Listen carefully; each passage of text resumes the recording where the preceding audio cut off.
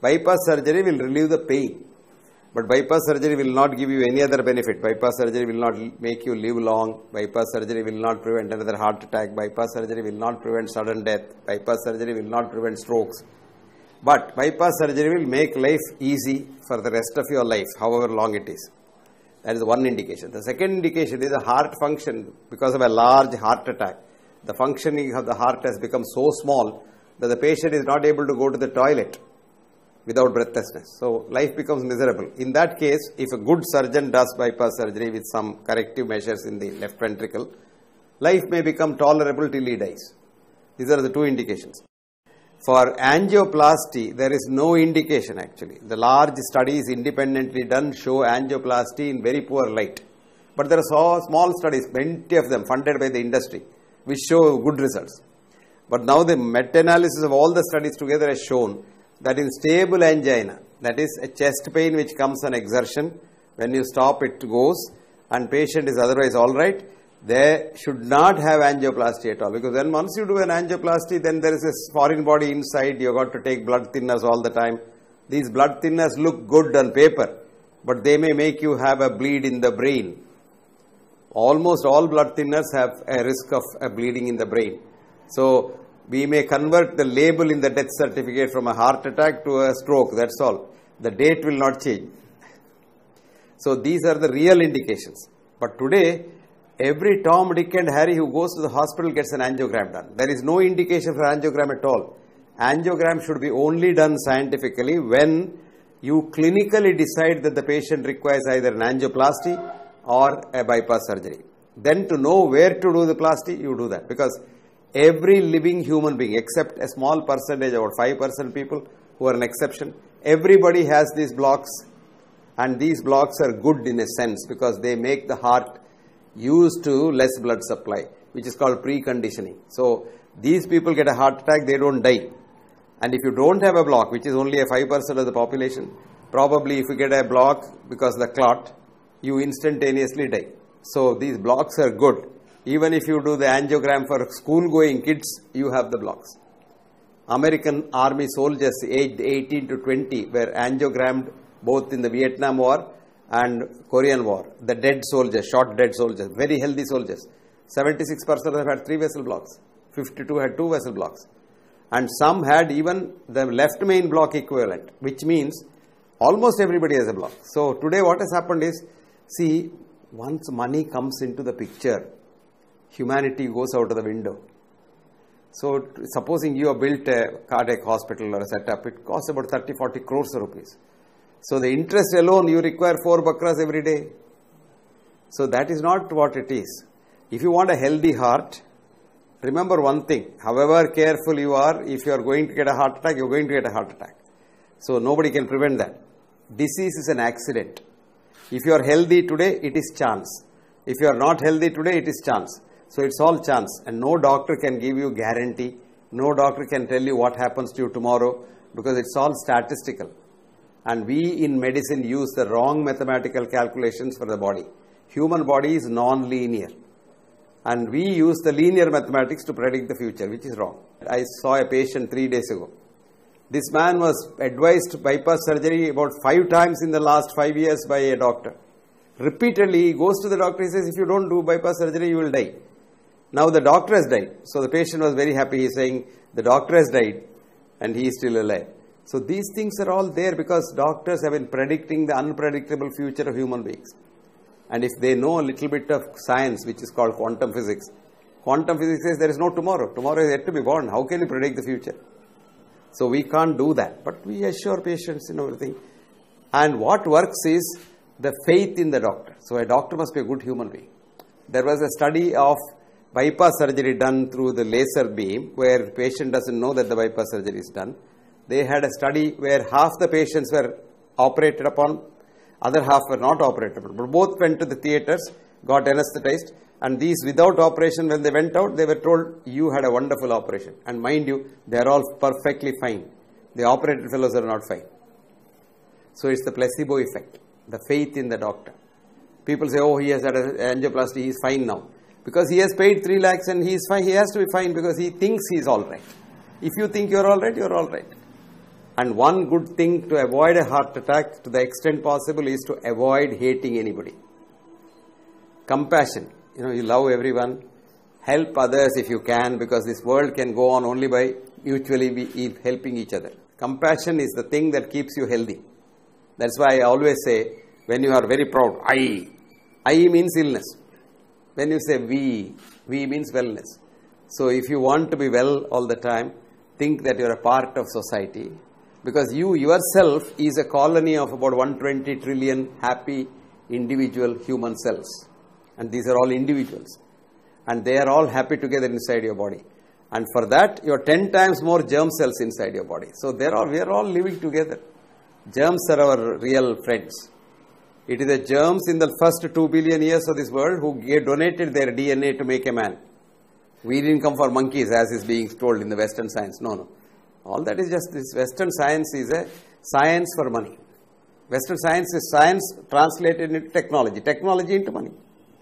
So Western science has given us certain things like you can fly like a bird, you can go under the sea, you can blast another country, you can kill somebody, but you can't create somebody. Western science, you can hate somebody, but you can't love somebody. So what mankind needs is universal compassion. So it's not what you eat that kills you, it is what eats you that kills you, your negative feelings. It's all chemistry, it's all adrenaline. And you get more parasympathetic things. Your pulse rate comes down, your heart rate comes down, your cholesterol comes down, your sugar comes down, your blood pressure comes down, your chance of getting cancer comes down. Because we are here because of someone else's compassion. So you have to be compassionate to others. Organ transplantation is a big business. See, human body is not made by fitting these organs together like a motor car. So it doesn't help. You have been one cell in the mother's womb that has multiplied into you today. And that one cell, while multiplying, has taken friendship from all the cells, the germs, etc., etc. So if you take your 2 brain cells, they may not have the same genome. One genome of a brain cell can have another its friend genome in the heart cell. So all this, if you know, you become very humble. When you don't know this and you think I can do an angioplasty, I can do bypass surgery, you become arrogant.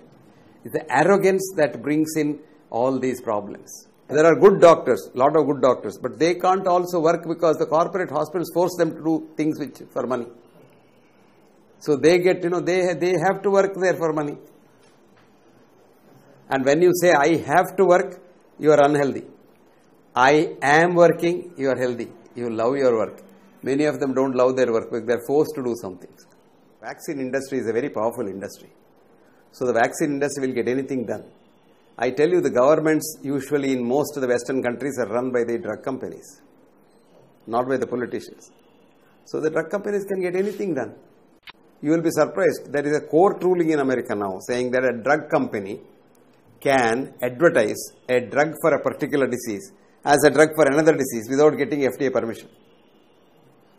Supposing I have a drug A for heart disease, I can sell it as drug B for brain disease. Formally, the law is very strict. You have to go to the FDA or to get your permission. Of course, today FDA can also be influenced. That's a different story. The human mind is not in the human brain. Okay? All mental diseases are treated with chemicals.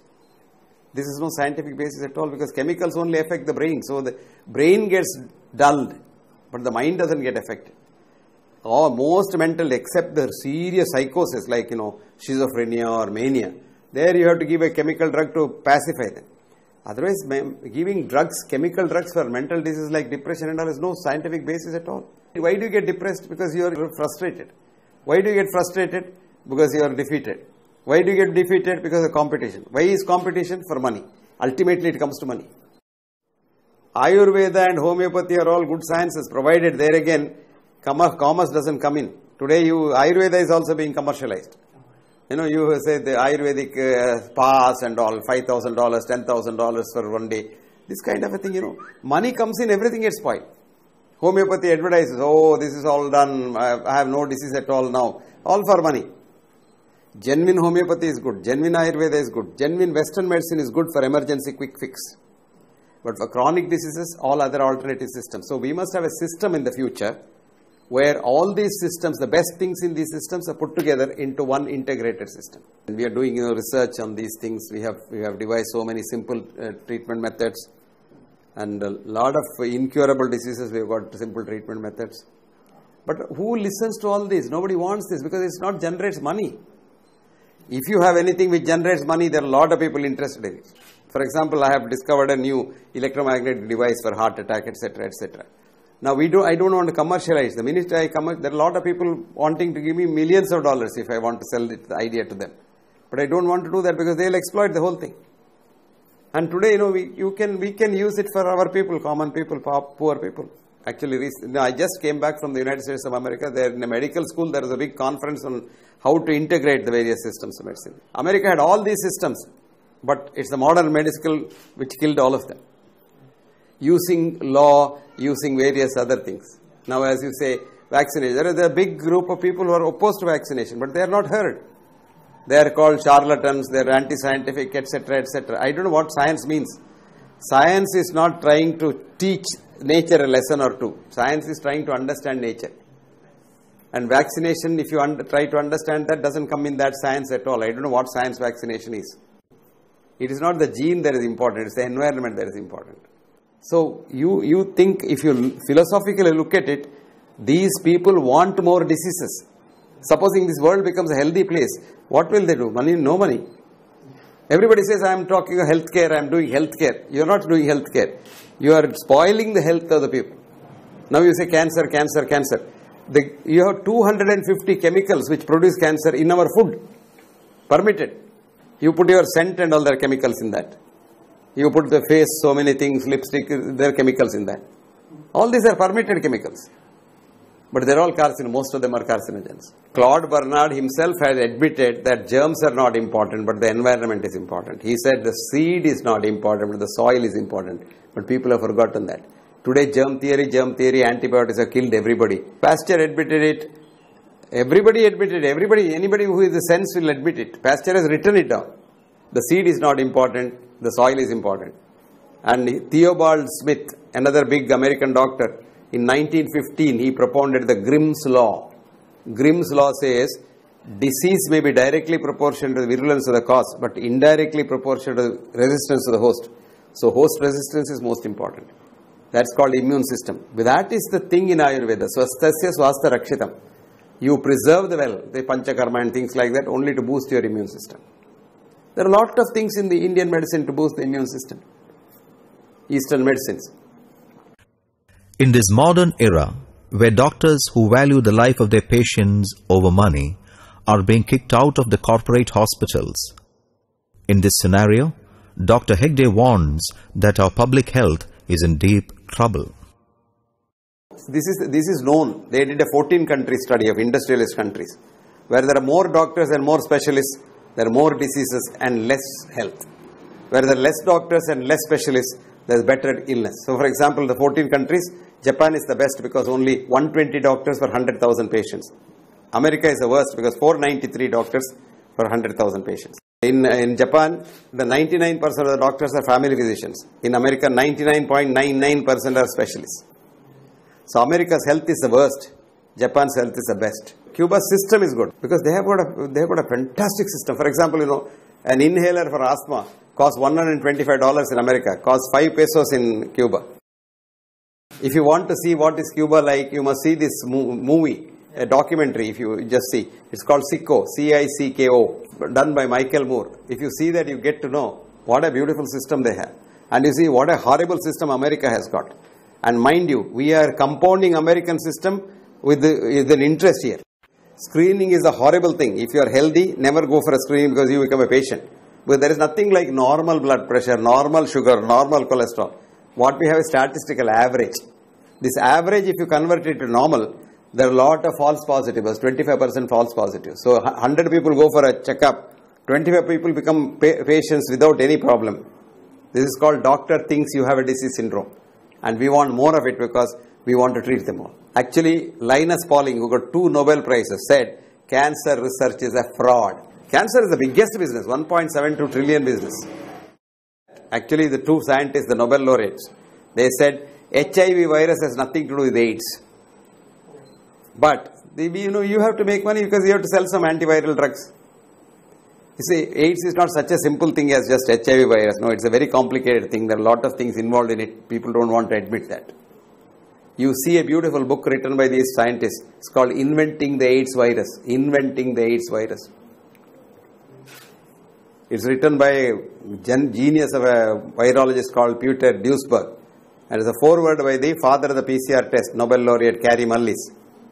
You can't dispute their importance. Fecal transplant is a common thing. It was done in India in the 17th century. If a cow is serious disease, another cow's cow dung was given. Based on this, an American doctor started doing that for children dying of Clostridium difficile diarrhea. Anyway, the child is dying, let me say. So she gave the mother shit, and the child recovered, and children recovered. So it's become a regular thing. But they give it as a big name, fecal transplant.